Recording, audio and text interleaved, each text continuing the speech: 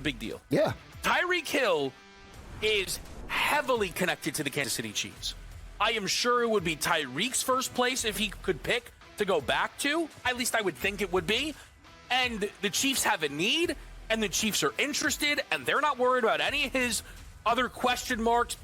Pro Football Today, only on SportsGrid. 51-0, Donnie. Yeah. Those numbers don't lie. Georgia, every time they rush for over 200 yards, that's dating back from 2017 against FCS and FBS opponents. They don't lose. The 2 years that they won back-to-back national championships, Year one, they rushed for over 208 times. Year two, when they beat TCU, that year they rushed for over 206 times. SportsGrid's College Football Today. Look at the weather, try to look for some anytime touchdowns or maybe some props that you really feel confident about. But it's always the time for urgency, especially for a team like the New York Giants. I think that defense is something that can give Giants fans hope. And then if you get Dart under center, it's hope. And then if you can get Scatterboo out there and the whole building's going boo, it's hope. And as we know, hope works. Fantasy Sports Today, only on SportsGrid. It's the most beautiful time of the year. No, not because of foliage or pumpkin spice lattes. It's because of football. SportsGrid has you covered all season long, covering every snap, every score, and every line move. Prepare, watch, win. Weekends are for winners. Only on SportsGrid.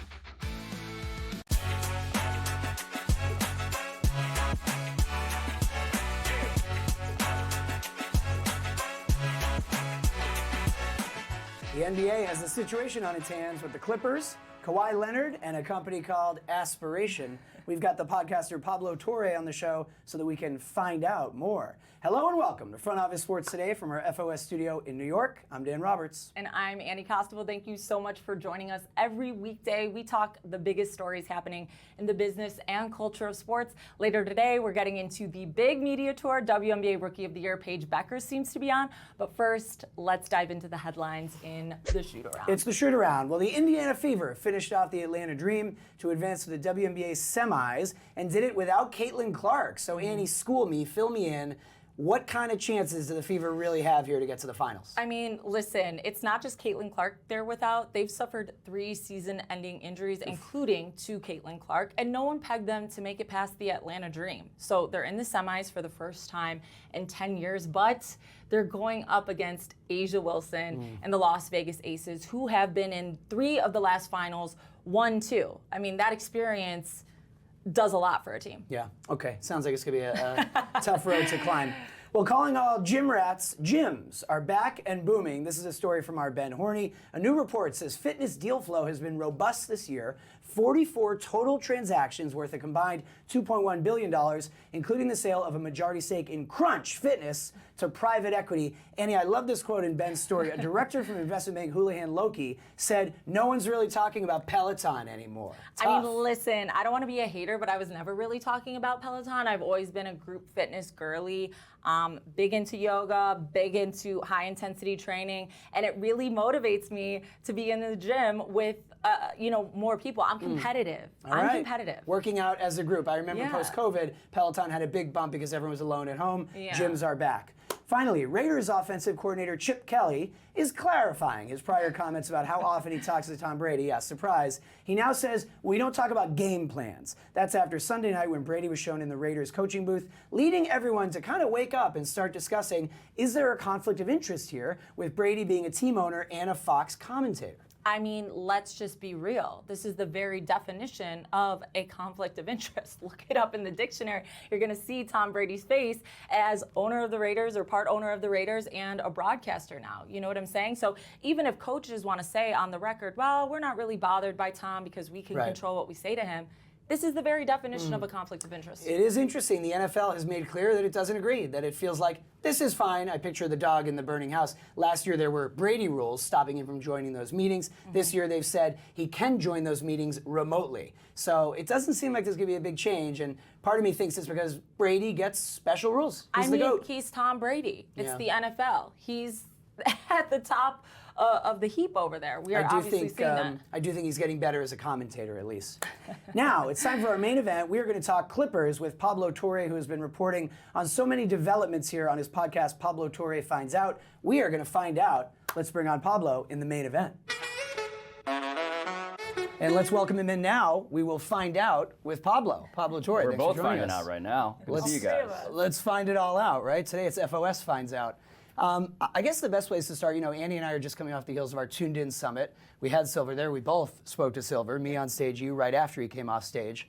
What did you make of Silver's latest comments on where things stand? Because things are shifting toward how the NBA plays this now. Yeah, look, this is the defining scandal of Adam Silver's tenure as commissioner. The Clippers have bookended it through that perspective, right? Started with Donald Sterling. In retrospect, a very easy call, obvious documentary evidence. There was a videotape, took 3 days to decide ban for life. This one is a test of what he's actually about. And when I say that, I don't just mean as a person, I mean the concept of a commissioner. He's the judge in a fake justice system with the thing in front of him with these mountains of papers and human sources that I provided who are telling me that, hey, this is, in fact, a violation of the cardinal rule that you set out. And so when you ask Dan, and I'm watching this live, the Tune-In Conference was streaming, and I'm watching you ask him, so you said this, that you didn't know anything about aspiration as a concept. Frankly, I've never heard of the company before. I've never heard of any engagement with the Clippers. There was a clarity there that everybody took to mean the NBA must have been blindsided. And then I post the contract, $300 million sponsorship deal with the Clippers, and you do the thing that people rarely do, which is ask a follow-up and say, well, what about this other thing? And he almost tries to preempt it. Actually, I misspoke. I had heard about the brand. It seemed like he came ready to say that you know what, I misspoke. It seemed like it became perhaps unsustainable to claim ignorance of a deal of this magnitude. Or, by the way, the other implication is you were genuinely in the dark. And the question that you asked, very thankfully for me, because I would have liked to know it too, was, so should you have known something? And so this is a scandal that's not merely about cap circumvention, it's about this larger story about how companies, fraudsters, use sports to launder reputations. Enron, FTX, aspiration. What should the league be doing on the front end if they're supposed to do it according to the terms of these contracts? In the days following your investigation, what has your communication been like with the league and Adam Silver himself? I should say that we have received 0 factual corrections, 0 legal notices saying you gotta walk this back. We are buttoned up. And frankly, we are open to challenges. Part of the sad reality of my life, why I'm like seeking yet more audience with Mark Cuban, is because he's the one guy who's trying to do the thing of pushback. And I think it's instructive that when the NBA speaks and when Steve Ballmer speaks, they say things that I find to not be corroborated by evidence, documentary evidence. And so all of the questions that I continue to ask, I wish someone would start answering. And how about with Steve Ballmer? What has your communication been like with him since? For every episode, the first audience is the Clippers communications department. They get detailed questions, they get detailed previews. We're gonna say this, this, this, and this. They give us statements that, again, in the episodes we sort of lay this out, don't entirely remain consistent as they discover what we have discovered. And so, again, we give them every opportunity to be on the front end of this and say, you got this totally wrong. Instead, you can see what they say, and then you can see what they change when it comes to what they say. You mentioned Donald Sterling. That scandal was also investigated by Wachtell Lipton, the same law firm.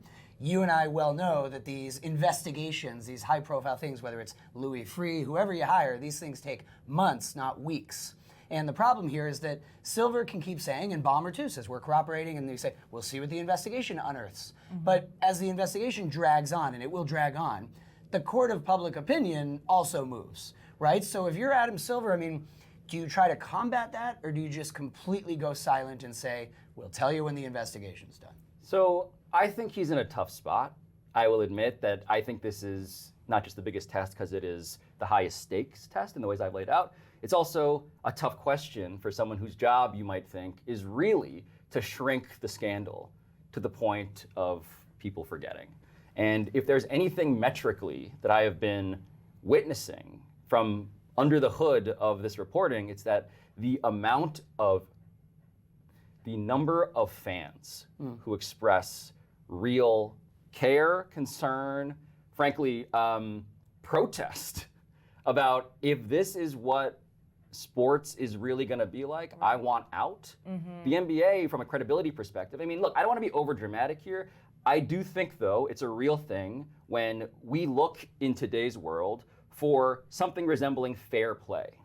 Why is it that people care about the story of Steve Ballmer being held to account for cap circumvention, which is, again, a fake law in America, a real cardinal rule in the NBA? It's because the richest man in sports, one of the 10 richest people in the world, otherwise does not seem to be held to account, except in sports where the thing he wants the most, a championship, a superstar player, he cannot simply buy. And in that way, I'm hearing from fans who want to invest, continue to invest, have invested for their entire life, emotionally, financially, in this game, only to learn that it is rigged, allegedly, in favor of people for whom rules are a suggestion in real life and now in the thing that these people have a deep knowledge about. It's not the tax code, it's their favorite team. And so I just warn anybody who thinks this story is not impactful for just the consumers of this business to just open your eyes to that, because that has been shocking, frankly, to me. Let's hit pause right there. We're going to go to a commercial break.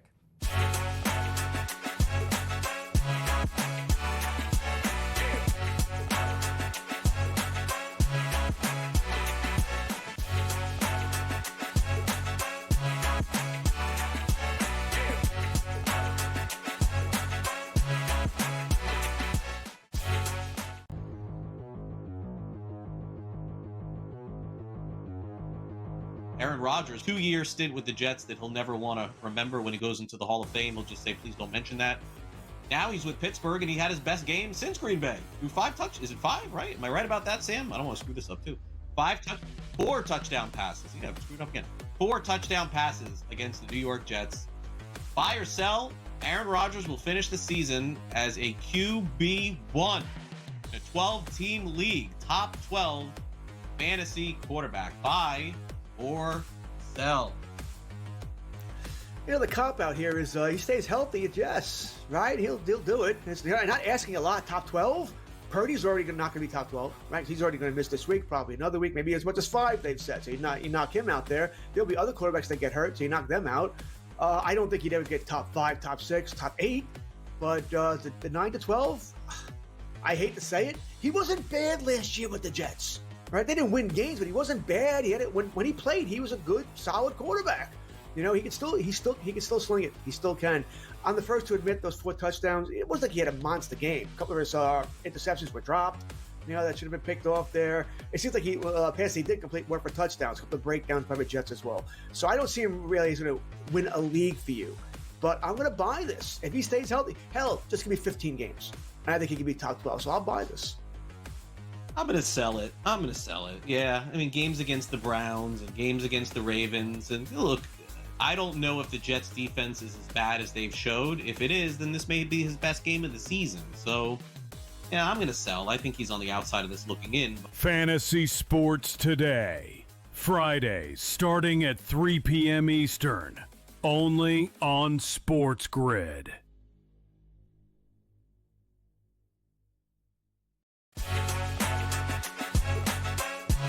What is the salary cap circumvention's real threat to the NBA? You talk about credibility, and I think a lot of us would assume that's the threat that stands here. So when you talk about salary cap circumvention, how does it threaten the league, this story? I think there are 2 ways. Number one is that the salary cap, whether you believe in it or not as a concept, right? MLB doesn't have one.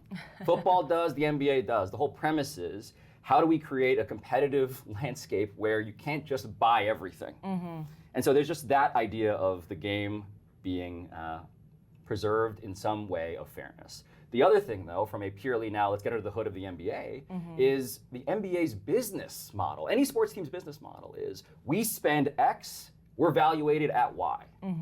What Steve Ballmer has been doing in terms of the uncapped, on-the-record mechanisms of spending, giant front offices, build a stadium with private money, right? Which is admirable, but if he is overspending in every way relative to how the other owners spend, and secretly he has put in, according to our reporting, $118 million over 18 months into aspiration, tracking quite neatly alongside the payments due to Kawhi Leonard in this endless cycle of aspiration, spending the money as soon as they get it, then going back to Steve Ballmer saying, hey, if Kawhi's going to be paid, according to my reporting, we need more, right?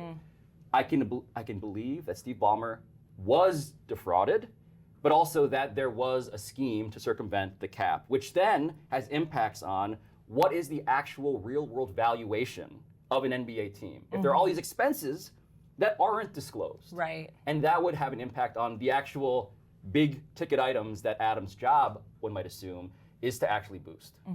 You talk about the timing of the investments that Ballmer made into this company. There was also the Dennis Wong investment. And it seems to me that probably what's frustrating is, and I know you see this all over Twitter, there's still no smoking gun.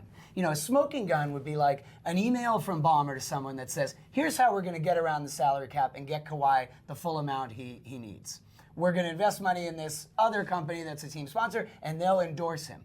Short of that, even if it's ridiculous, can or can't Ballmer and the Clippers continue to just say, yeah, we got hoodwinked. But there's nothing to stop a rich team owner from investing in a startup, right? That is also a partner of the team. Sure. I would say that Adam actually put it well in one of his comments. He pointed out, a smoking gun is itself circumstantial. It's smoking, but there's no video of the bullet striking the target with the person's finger on the trigger, right? He said if it's smoking, it just went off. I didn't even really understand what he meant. I will take it at face value to simply mean that it's very hard to find a videotape, Donald Sterling style, that says, I should be banned from the NBA. Right. That's what really the threshold seems to be now. The CBA itself, though, the actual rule says direct or circumstantial. Those are the laws of the NBA land. Direct or circumstantial, and you must be able to explain it, and this is an adverb that is incredibly important to me, rationally. This is codified in the rules. And so when Adam is saying, actually, we need some standard, Dan, that I also share questions about. What is the standard really? Again, fake justice system, it could be anything. But when the rules say rational explanation, right? What is the standard? And in fact, if it's not that, why would it not be that? Why, again, not to just return to the reporting over and over again, but when you get to the question of there was a crazily large deal, sponsorship deal for Kawhi Leonard that was more than 4 times the rest of the celebrity endorsement roster of aspiration combined. Leonardo DiCaprio, Robert Downey Jr., Cindy Crawford, Orlando Bloom, Drake, on and on. The number one guy was Kawhi Leonard, who got paid while the company was collapsing as Steve Ballmer, almost uniquely with Dennis Wong, continued to pour in money despite disclosures saying it was a terrible investment. While also, this deal for Kawhi Leonard, was never announced by anyone. And he did nothing to the point. So help me understand. I beg anyone to give me an explanation. The question of conspiracy at this point is not, am I reporting a conspiracy theory? The question is, why are you constructing one in the face of the evidence that is being provided? I think as I look through all this, what's also funny to me is when the teams started doing jersey patches, logo sponsors, whatever those are called, jersey logos, the jersey patch, patches, right?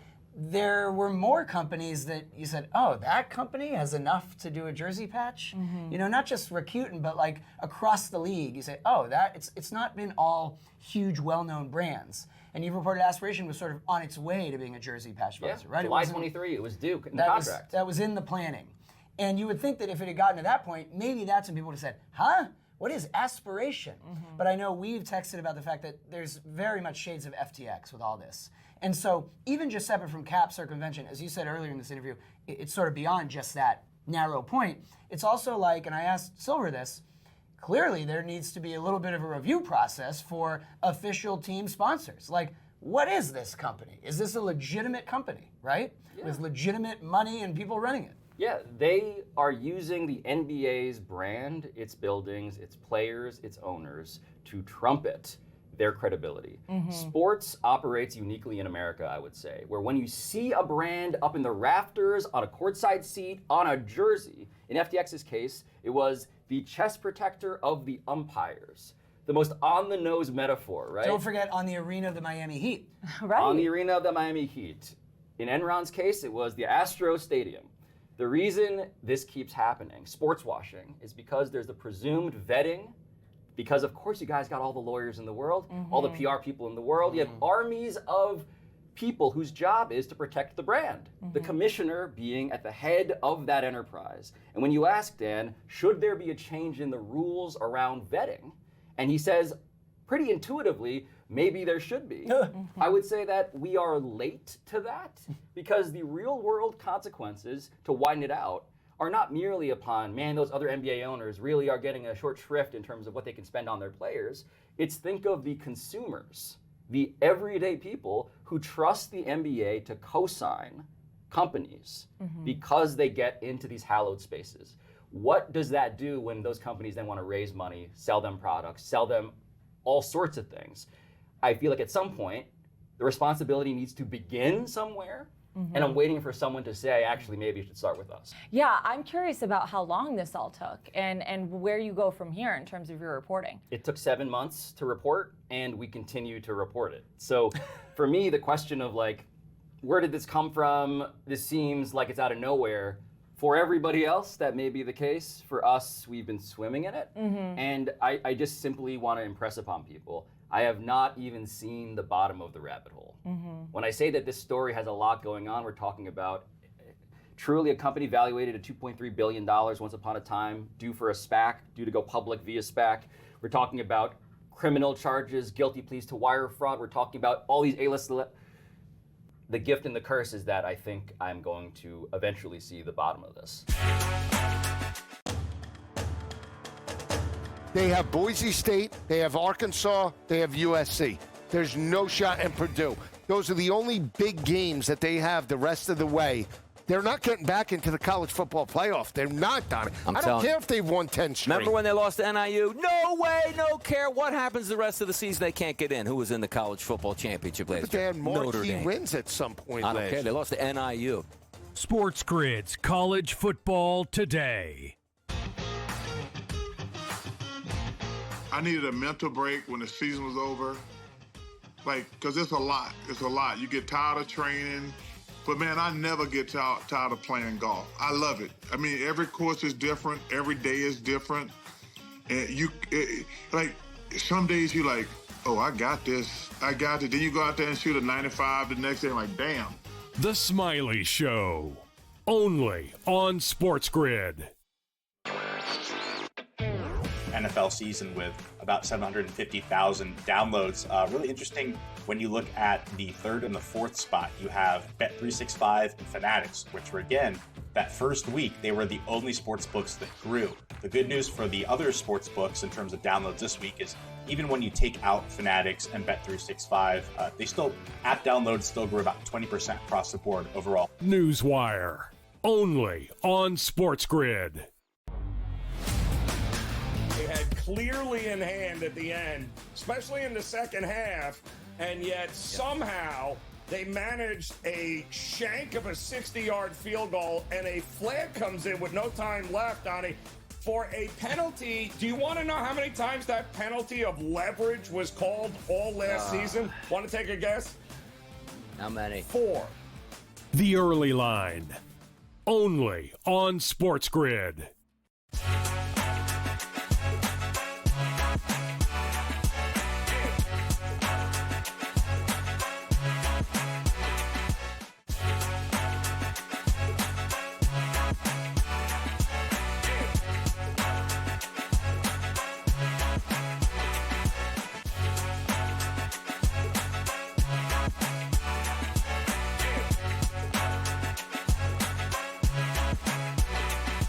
Mike, thanks for joining us. Wild timing for us at FOS. This all happens one day after our Tuned In Summit, where we had Stephen A. Smith on stage. You've written a lot about his whole career trajectory. What is his involvement in this, or at least what might these events mean for Stephen A. Smith on late night television? Well, it's fascinating, Dan. Stephen A. has actually been cited as a potential successor to Jimmy Kimmel on the late night show. Jimmy Kimmel has talked about retiring. Stephen A. has actually subbed in for Jimmy Kimmel, and by critics' opinions, he did pretty well. As we saw at Tuned In, he could actually be a very funny guy when he wants to be. So, Stephen A. Smith has talked about his possible late night aspirations, possibly going to Hollywood.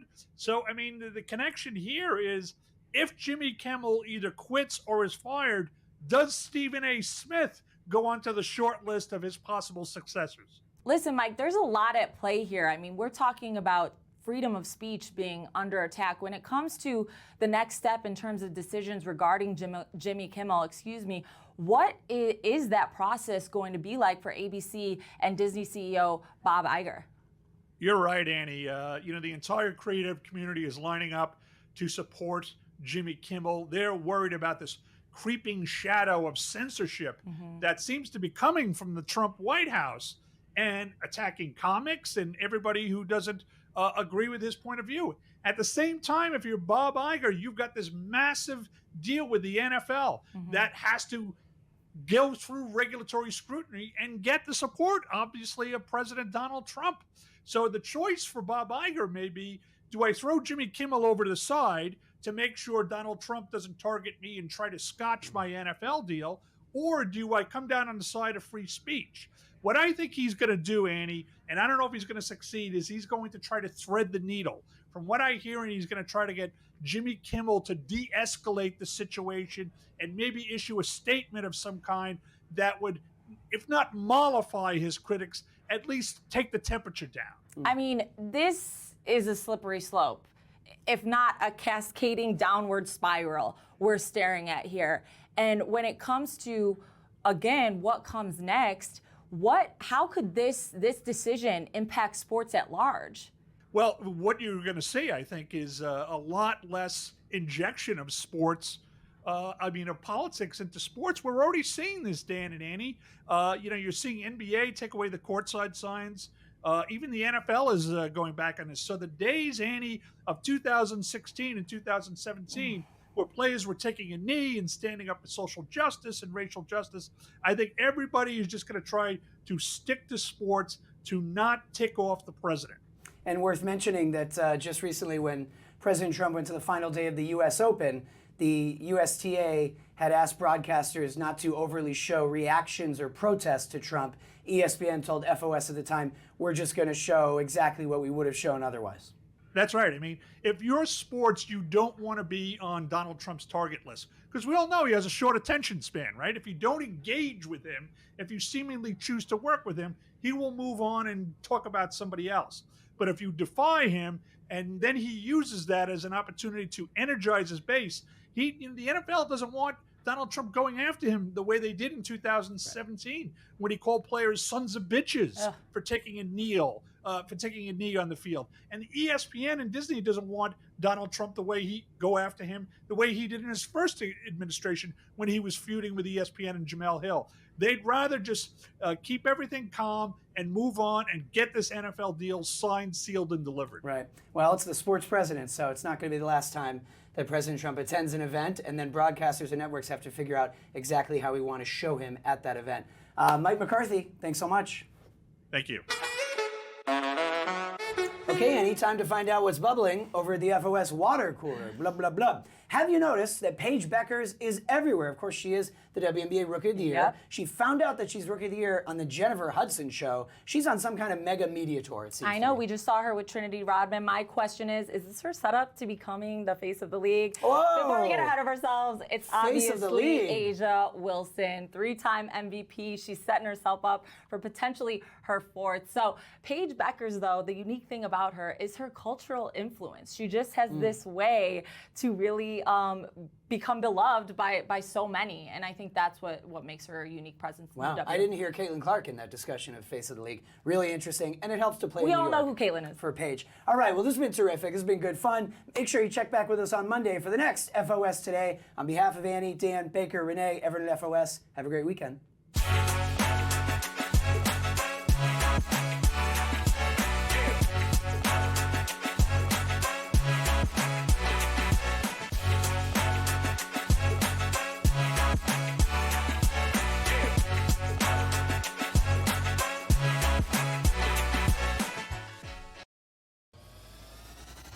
If you're in the Super Bowl market, if you're in the futures market, that's a big deal.